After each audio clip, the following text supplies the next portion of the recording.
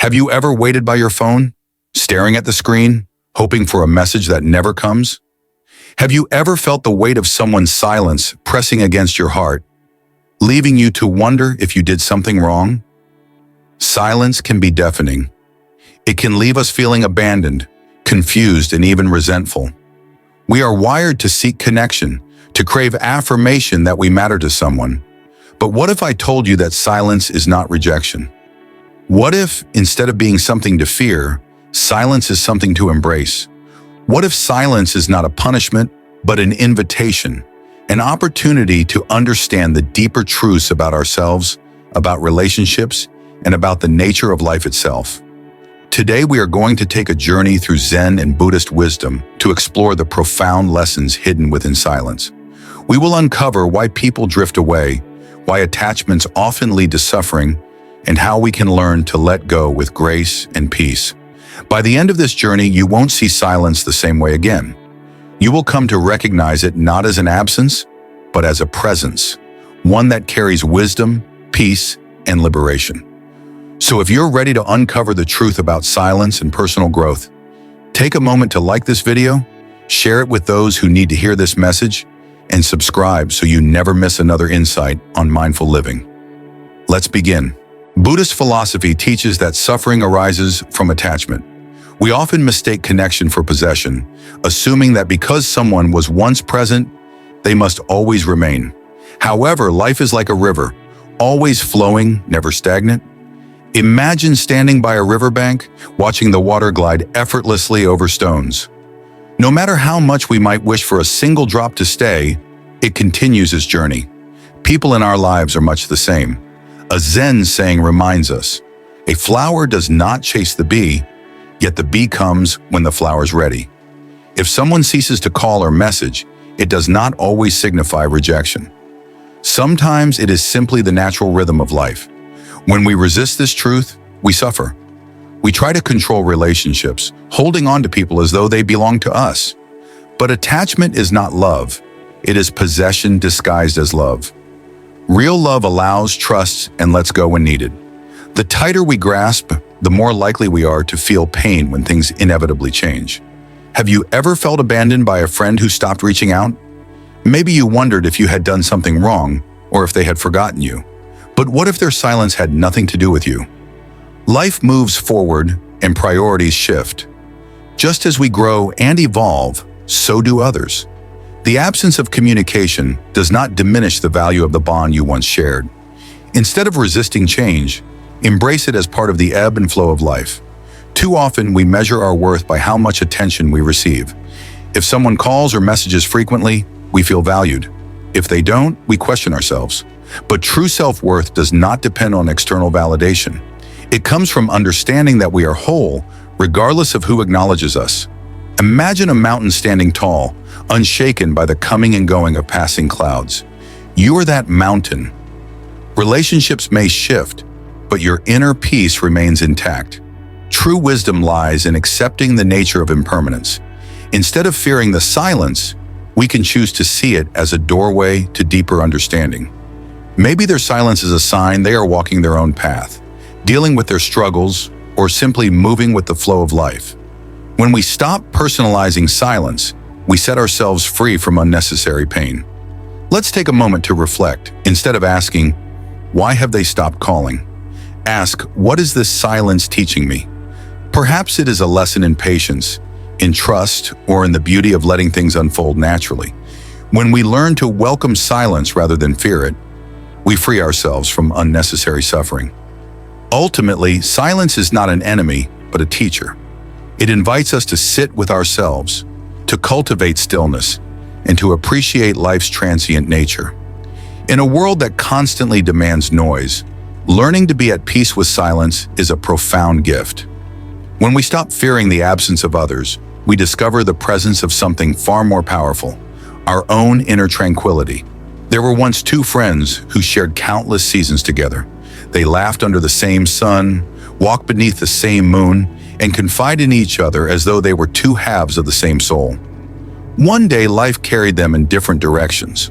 One remained in the familiar surroundings of home, while the other ventured into new lands, seeking new experiences. At first, they maintained their bond, messages were exchanged, calls were frequent. But as time passed, the distance grew, not just in miles, but in silence. The one who stayed behind was filled with uncertainty. Days turned to weeks, weeks into months. The screen remained blank. A storm of emotions arose. Fear, sadness, even resentment. Had they forgotten me? Was our connection nothing more than a passing moment? At first, they tried reaching out. A simple text, a phone call, a reminder of shared memories. But the responses were sporadic, and eventually they stopped coming altogether. Frustration and heartbreak set in. Did they replace me? Were we never truly friends? The mind raced through countless scenarios, each one more painful than the last. In search of answers, the friend who remained behind sought guidance. They embarked on a journey, not just through distance, but through their own mind. They visited a wise elder, a traveler who had seen many friendships bloom and fade. The elder listened and then smiled knowingly. You ask why silence has replaced words, why absence has filled the space where presence once existed. But let me ask you this, can the ocean hold onto a single wave? The friend furrowed their brow. No, the wave moves on. It is part of the ocean, but it cannot stay in one place. Exactly, the elder nodded. People, like waves, come and go. Some will return to the shore, others will drift far beyond our sight. The question is not why they leave, but why we hold on to the expectation that they must stay. As they continued their conversation, the elder shared a story about a bird in a tree. A bird may rest on a tree's branch, but it is not bound to stay. The tree does not mourn when the bird flies away. It simply continues to grow. You are that tree. Do not wither because a bird has chosen to fly. The friend thought deeply about this. But what if I was the one who always reached out? What if I was always the one keeping the friendship alive? The elder gave a soft chuckle. Then perhaps it was never meant to be a shared effort. True friendship, like love, flows effortlessly. It does not require force or obligation. The moment you feel that you must beg for attention is the moment you must step back and ask, was this bond ever truly balanced? The words sank deep. The friend realized that they had been chasing the past, trying to hold on to something that was already shifting. They had mistaken communication for connection, assuming that the presence of messages equaled the presence of a true bond. But just as rivers continue to flow, so too must relationships evolve or fade naturally. With that understanding, they let go of resentment. They sent one final message, not of longing, but of gratitude. Thank you for the time we shared. May your path bring you joy. Then with a deep breath, they let go. They no longer checked their phone, no longer counted the days since the last message. Instead, they embraced the silence as a space to grow, to reflect, to welcome new connections that would come without force or expectation. And in that moment, they felt something profound. Not loss, not sadness, but peace. Because sometimes letting go is not about saying goodbye to a person. It is about saying hello to yourself. The first teacher was a hermit known for his wisdom and silence. When asked, why do people disappear? Why do they stop calling? The hermit did not answer immediately. Instead, he poured a cup of tea and placed it on the table without offering it. The seeker hesitated, then reached for the cup. Only then did the hermit speak. If you want tea, you take it. If you do not, you leave it. The tea does not chase you. The seeker sat in confusion, staring at the cup, the steam curling upward like a silent message. But what if I want them to stay? What if I want them to keep drinking my tea? The hermit smiled. You cannot force another to thirst for what you offer. They must come of their own will. People like tea exist in their own time and space. Some choose to drink from our cup, others do not. Their absence is not always personal. It is simply a reflection of where they are in life. When someone no longer calls or reaches out, it does not mean they have discarded us. It simply means they are walking a different path. And that is something we must learn to accept with grace. The seeker nodded but still felt unsettled. But what if I was always the one offering the tea? What if I was always the one keeping the connection alive? The hermit simply replied, then perhaps it was never a mutual bond to begin with. A connection that requires you to chase is not a connection, it is an illusion. The second teacher was a merchant known for his fairness. He was weighing goods on a scale when the seeker approached. "Tell me, wise merchant, why do those who once valued us grow distant?" The merchant placed a heavy stone on one side of the scale and small pebbles on the other. "Balance changes over time," he said. "What was once of great importance may now hold less weight, not because it has lost value, but because priorities shift." The seeker watched as the scale tipped, the pebbles unable to balance the heavy stone. "But what if I was once the heavy stone in their life, and now I am just a pebble?" The merchant smiled. "Then perhaps they were carrying too much and needed to lighten their load. It does not mean you are worth less. It simply means their journey required a different balance." The seeker pondered this. "But if I was once important to them, why did I become the pebble?" The merchant answered, "Because life is not static.